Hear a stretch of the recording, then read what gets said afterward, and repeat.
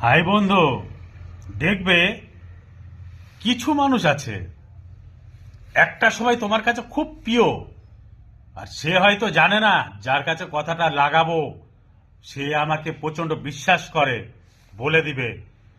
তাই ভাবিও করিও কাজ। সে তো আমাকে কথাটা বললো আজ, বুঝলে বন্ধু? তা তোমার লোনটা যে হয়েছিল ব্যাংকে, তার কথাই। আর তুমি ভাবছো যে তুমি লোন নিয়ে ব্যবসা করে বড় একটা হয়ে গেছো না?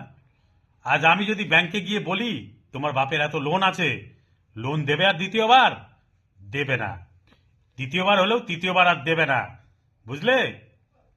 কেন? আমরা চিটিং বাজ নই, বুঝলে? চেক বাউন্সের জন্য কোর্টে কেস এইসব আমাদের নয়।